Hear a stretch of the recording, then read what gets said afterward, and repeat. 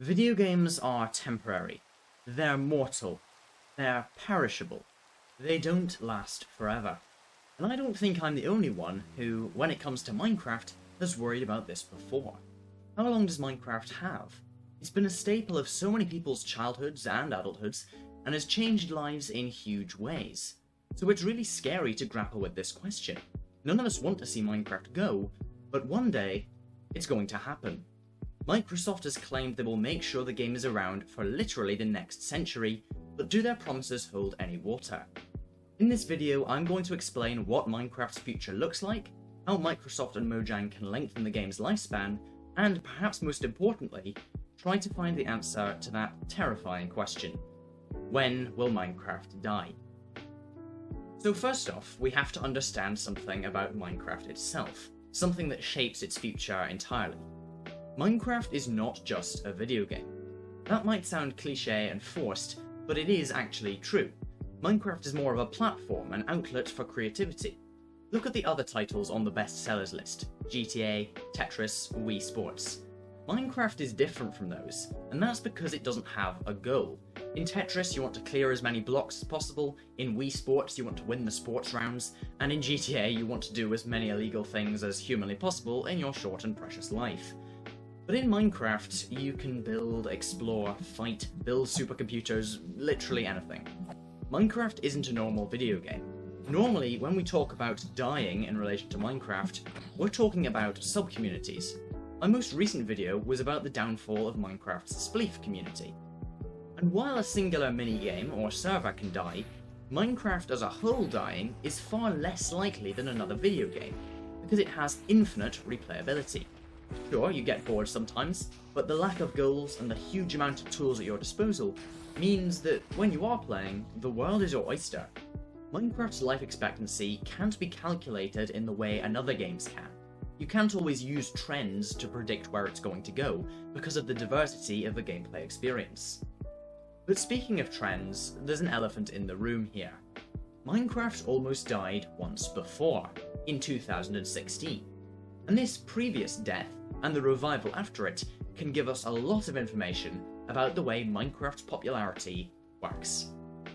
The reason Minecraft came so close to death in 2016 was because of a combat update. Unless you've spent your life under a rock or bought the game in the last couple of years, you'll almost certainly know this.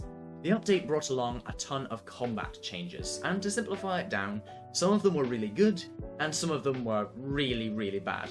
The way combat worked was completely overhauled, and the community were barely consulted at all. As I touched on in my Frostburn update video, the following update did nothing to help the situation.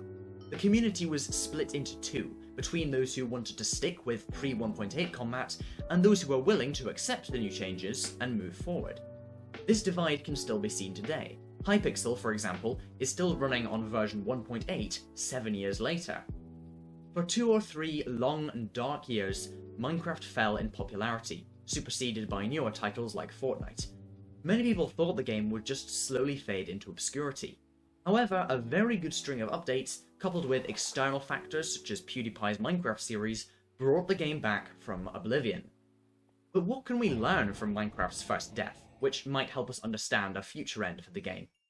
Well, it seems to me that there are two main factors as to why Minecraft died after 1.9 was released: poor communication and community division.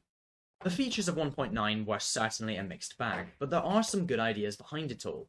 The devs wanted PvP to be more tactical and skill-based than simply based on clicks per second, and with a substantial bit of tweaking, maybe the update could have worked really well. It also added some great stuff to the end dimension and to the technical side of the game. No, 1.9's problem wasn't so much that the features were terrible, but that the community wasn't given a chance to talk about their issues. The update was just kind of dropped on them, with little communication or the chance to really test the features. Because it was really hard back then to work snapshots with multiplayer, it was difficult to get a sense of how this new PvP system actually worked. Not only that, but when Mojang released the update and people got really angry, they did nothing. Communication was definitely a major factor in the death of Minecraft from this point onwards. Interestingly, it was with 1.13 that Mojang became much more transparent about upcoming features, which probably added to the revival of the game. This kind of honesty is super important. You don't want to implement features people don't want, and if you do, you want to fix them as soon as possible. The second issue with 1.9 was that it divided the community. The problem with big changes like these is that they need to be introduced super slowly, but since some liked them and some didn't, a rift was formed. And when that kind of division occurs, you have to choose a side. There isn't any sitting on the sidelines because the combat style of your favourite server, which you spent hours and hours on, is on the line.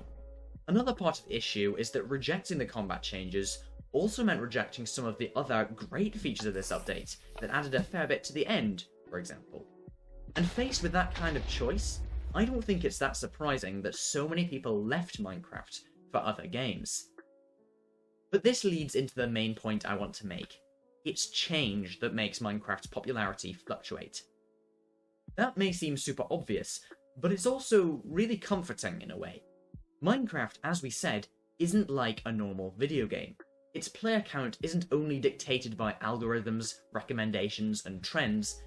Its player count is primarily dictated by player satisfaction. As Minecraft's updated, we will see sweeping rises and falls from time to time. 1.9 won't be the last time this happens, I can promise you that. This answers the question of what it would take to kill Minecraft. It would be an update, or a series of updates, which aren't implemented well and which divide the community. Now, there are other things that could conceivably kill Minecraft. I'd refer you to Simply Sark's excellent video on the topic, but I feel that this is far and away the biggest threat to the game. I'm talking 90% odds that what kills Minecraft isn't it being hacked or replaced or sued, but updated. People, including Sark, often talk about Minecraft updates stopping, but I think that Minecraft updates continuing is actually a much bigger risk. Now don't get me wrong, the positives outweigh the negatives hugely, and Minecraft still urgently needs updates, please don't misunderstand me. But all of this contributes to what I'm saying here. It's not the updates we don't get that will kill Minecraft, it's the updates we do get. That all sounds very doomsday, but let me make something clear. I think Minecraft has a lot of time left on its clock. I don't think it's going to die soon. The problem with the word soon is that it's very unspecific. Is soon in 5 years or 5 decades, a month or a lifetime? Who knows? But now that we've shifted the question from when will Minecraft die to when will Minecraft receive an update that makes the player base irretrievable, it becomes easier to answer. How long will it be until the game makes this doomsday decision? If you're looking for the answer to that question alone, the answer to the question in the title of this video, skip the timestamp on the screen. But if you want to know how we can give Minecraft more time, keep watching, because there are 3 parties involved who have a role to play in keeping Minecraft alive. Number 1, Mojang. This is perhaps the most obvious. The devs need to be doing their job and doing it well. I'm happy to say that at the minute, they are. Communication has cropped up again as an issue in recent years, but 1.20 is turning that around. Minecraft Live didn't announce many features this year, but it sure did deliver on its promises of earlier snapshots and more unrevealed features. Mojang needs to keep this up. They need to wait long enough that there's proper time for an update to be tested and communicated, but not so long that the player base loses interest upon release. Responsible party number 2, Microsoft. These guys are controlling Mojang more and more, it seems, from up on high, and they're behind some of the unpopular choices to the game in recent years, such as microtransactions on Bedrock. Microsoft are a corporation, and to them, Minecraft is little more than an asset. These guys need to make sure not to push Mojang to implement changes that will only worsen the game's condition, such as the controversial chat reporting system we've been hearing so much about recently. And finally, us. We, the player base, can help keep Minecraft alive.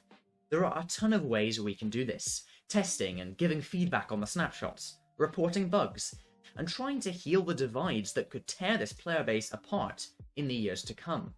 It sounds kind of cheesy, but I genuinely think that if people hadn't been so salty and volatile about the combat changes in 1.9, it would have been a much easier issue for Mojang to fix, and that initial death of the game might not have been so bad. Minecraft is way more than just a video game, but it's way less than everything, and if we want to keep it alive for as long as we can, we would do well to remember that sometimes. So, the moment you've been waiting for. We've established that Minecraft's death rate isn't in the hands of the game itself, but in the hands of Mojang, Microsoft, and the player base. How long can we keep it going? When will this all be over? Well, although I can't give an exact date, like the 2nd of November 2056, I do have 3 predictions that narrow it down a bit. Number 1. Minecraft will survive for another 10 years at least, possibly much more. The player base has grown to a size where, outside of a truly stupid change, it won't die out even if it takes a numerically massive hit. As I've said, the danger is that Minecraft splits into 2 or 3 player bases, which are then going to dwindle down much quicker because they don't have the numbers. Of course, this is tied to Minecraft's performance on sites like YouTube. Recently, Minecraft content has become increasingly formulaic, but it is still as popular as ever. Making good YouTube content will help keep the game alive, so if you're a successful Minecraft YouTuber, it's probably right to view that role with a sense of responsibility. Of course, you aren't responsible for the entire future of the game, but you can play your part to unite people in support of you, and therefore decrease the risk of a schism in the community. The second prediction I have is a bit more somber. I don't think Microsoft will stay true to their pledge, and I think that Minecraft will vanish from the scene before 2109, its 100th anniversary. This is simply because I can't see Mojang or Microsoft lasting that long, since history shows that even the largest companies tend to fall apart after a few generations. The amount of common passion needed to keep Minecraft alive beyond the turn of the next century is simply inconceivable to me. It could theoretically happen, of course, and this is just a prediction. But 100 years is on another scale altogether. I doubt that the game can last that long personally, although I won't be alive to see it if it does. The third prediction, again, is a bit somber. Whenever Minecraft dies, it will be too soon. This game is worth fighting for, and although, like all video games, it will almost certainly die at some point, I think we can keep this fate at bay for quite a while. We all love Minecraft. We love it for different reasons, and in some cases, we love different versions of it. But whether you're a loyal 1.8 player or swear by the new opportunities in recent updates, we can all agree that this game deserves to be protected, and that when it does die, the world will lose a very special piece of art. But in conclusion, no matter how hard we try, we cannot stop the tide of time. This is hard to hear, and I get that. But since we know we have some time at least, let's make the most of it in this stupid block game we all love so much. Go out there, build, engineer, battle. Make your mark while you still can.